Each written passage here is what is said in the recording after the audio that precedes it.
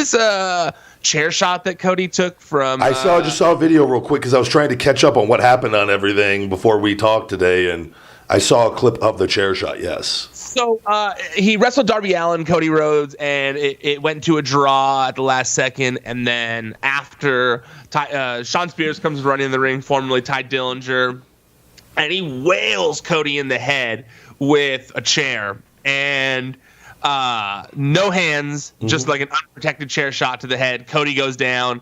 And then you see the back of Cody's head is just like there's a huge gash in the back of Cody's head.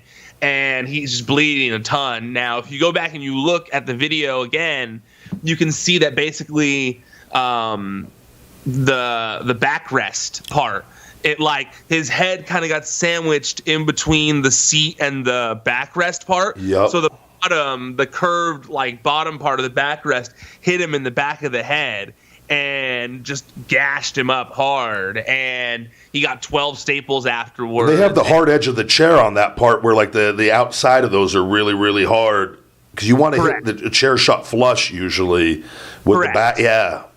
Yeah, and so he said 12 staples and no concussion, though I'm confused how they can determine there was already no concussion in like an hour. I don't think that's something that you can determine that quickly, but I mean, I feel like you have more knowledge than me on that topic. Can that really be determined like that quickly? I think that's their way of probably trying to just calm this whole thing down, doing it, whatever. Obviously, I think if Cody said he's all right afterwards and seemed to be all right and they didn't do any testing, then no, who's going to help? They made it sound like there was testing because I think that when they were on commentary, they said he was being tested or something like that by doctors. But still, if you're being tested by doctors, you're not going to get an answer that quickly. They're not like looking in like an X-ray through your head that quickly of like, oh no, concussion, you're bad, you're fucked. You know, like it takes like a day to get the results, right? Yeah, I don't know on that because I'm trying to. If he just said he's all right and had a concussion, right? I've never had a full blown concussion ever. That's why I've always done the neck machine. Yeah, that's I've been rocked. The only time I've ever been rocked was by I talked RVD on Raw, and that's where I screamed "fuck" live on camera. He hit me with one of those kicks, and it got me, and it rocked me. But I was just more. And me and Rob joked about this because he's been known to have some heavy kicks from time to time, and I knew to get my hands up, and I was mad at myself that I wasn't able to fucking block it, and I was more mad that I got rocked because I don't like that. Like I was like, I can't be fucking rocked, and so I was. The big guy, goddammit. No, but but no, other than that, and I got tested after, and I was fine and whatnot. Well, okay, so like in that scenario, though, when you got tested after, how soon after did they tell you were fine? I think that they made me actually had to drive that night with R-Truth and Mike Chioda. They didn't want me to drive by myself just to be safe on that. So they wanted to follow me up the next day, which I was told I was fine with more. Okay. The doctors saw me and whatnot. So usually you do follow it up with more stuff, but they probably just are assuming Cody said he was all right. The doctors there looked at him, said, okay, we'll probably follow up in a day or two to see if there's any other symptoms.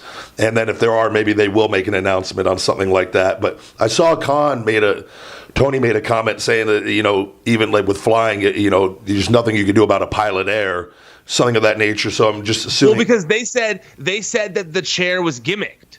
They said, but I don't know how you gimmick a steel chair. Like in the press room afterwards, I like how your face is just as confused as my face was when I saw that. And I was this is the one time I was mad that I wasn't in the press room because I was like, I saw them say that it was gimmicked, but that like something clearly didn't go wrong, like something didn't go right. And that's why I went and rewatched the video and found the part where you can see it gets sandwiched kind of, and the other part is the back of his head. But I'm like, how do you gimmick a fucking I don't know either. Steel chair? That doesn't even make sense.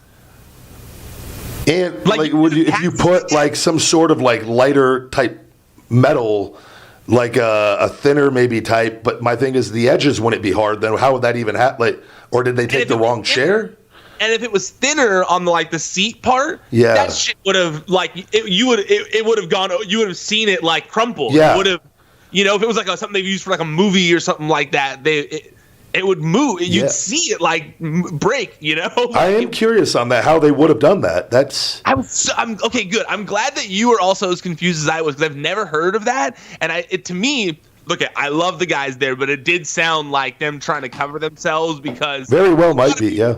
Because a lot of people watching were turned off by an unprotected chair shot to the head. I think, you know, in this day and age, we know what that does to people. Yeah, and I think they have to be very careful of all this. And it could have been a way for them, and Cody, maybe they wanted to do this and they just wanted people talking. That's the one thing they wanted people, and maybe they weren't expecting it to be that much backlash on it, and it was just like, fuck, we got to kind of take a step back on this. Who knows? It could have been something like that as well. I don't know. That you got to be really careful. To be honest with you, because like I do think that they wanted a negative reaction. Like they wanted people to hate Ty Dillinger coming out of that. They wanted people, or Sean Spears. They wanted people to be angry. I mean, that's why. Because in the media scrum, apparently the Bucks said that it was Cody's idea and that it was like a thing that he wanted to do. Which I don't like even that being discussed after. Like I don't know why. It's so weird to me that, and it's even like with the guys, and I like with Jericho and Mox, or Mox did the interview with them before their thing, but like guys doing a big match and and then going and doing the podcast together. And they said that it was before, but I don't believe that it was before that interview. I think they just said that to try and keep some semblance. Very possible, yeah. But like Kenny Omega and Chris Jericho did that too. Like they had that huge New Japan match, the first one. Yeah. And it was like, you know, they had this like blood feud going into it. And then like the next week they were like, all right, we're breaking down our full feud. And I'm not a fan of that. I think you got to, I understand things are different now with social media and we all in using the technology, but I still think, and again, it's like a magician telling the way he does his tricks. Like I don't want to see, you know, Chris Angel show me everything that's fake before he goes out there and tries to do the magic trick, or right afterwards gotcha guys, this is how I did it. And like I like that element of us still protecting the business to a degree, at least for some sort of period of time. Like, and if you're trying to like save face a little bit, like, yes, like you said, at least for some period of time, you can keep that to yourself. Like Jericho and Omega, give it a year or something. Let's yeah. I don't know. But you can, but like, and if you want to get that out, like if you want it, but hey, it was his idea. He's not her. Like, you don't need to do that in the press conference. You can literally pull one of those reporters aside and be like, hey, this is what happened. And they'll go report it. You don't need to like stand there on video and remove all aspects of kayfabe. I'm with you on that one. I was watching that thinking to myself, like, why are they saying any of these things? Casual two people, wrestling fans. This is what I said. Even if everybody knows wrestling is scripted and entertainment and fake, people still want to believe. Yes. People want to believe. In that they want to suspend their belief. And like I said, it's like going to the movie. You don't want to go to a movie and be reminded that you're watching a movie and see them with cut and explaining how they just did that scene in the movie. It would ruin everything. It's really, you want to just go and suspend your belief, and you know you're watching entertainment, and times have changed, but I don't think you need to go that deep on things and tell people that kind of stuff, because now you just there's no heat in that angle. There's nothing. Nope. It's been like sucked out of it now. Yeah. Why would I want to pay to watch that? Or I really wouldn't, because and I'm just kind of talking from a wrestling fan perspective, that for the masses that want to suspend their belief, I don't know. Well, that's why, like, you know, take it like you look at like a movie like or Marvel movies, for example, you know, versus a comedy. You know, a lot of times in a comedy during the credits, they'll do bloopers where it's like the people out of character and they're like, oh, oops, and you're laughing because it's like, oh, we're done suspending our disbelief. Now we can watch these bloopers or pictures of them when they were kids and blah, blah, blah. But you don't see a movie, a blockbuster movie, for the most part, where there might be sequels and stuff doing that kind of thing. Yeah. Instead, like Marvel has learned, they put a tease for the next movie at the end, you know, and then you're like, oh, hell yeah, like I'm pumped about that. You haven't, like, your suspension of disbelief hasn't been completely ruined. And I agree with you that, like, you can say Cody's fine, 12 staples, no concussion.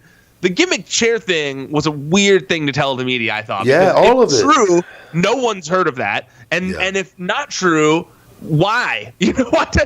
You're right. All of it. Why? Just no. There's not a reason. You don't need to. And I think they're saying maybe they're like, well, we don't want to insult people's intelligence. No one's going to be insulted. Just give certain professional answers and try to keep things intact. I don't. I mean, like even with big movies, you got to wait a year. Well, at least you used to. They don't really do as much anymore. But you had to wait a year for like the commentary, the director's commentary, to like explain how he did everything on the DVD, but like that was a year later, like you said, wait, give it a little time, Yeah.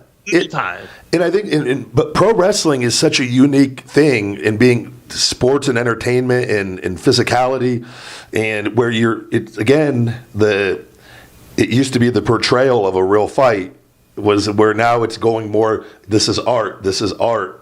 It's two different mindsets on it. And I don't think you go by the numbers. The numbers are nowhere near what it was when it used to be portrayed as a fight. And I don't know. I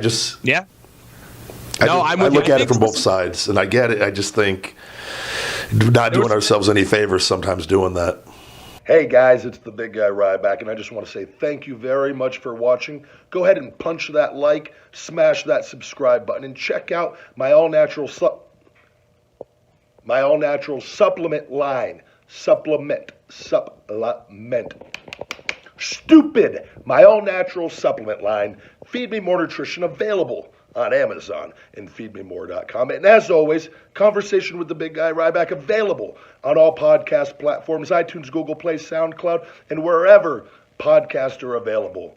Never forget, feed me more. Watch full episodes here on YouTube. Subscribe if you're new. Smash that like button if you had a great time watching. And for all supplements, check out feedmemore.com.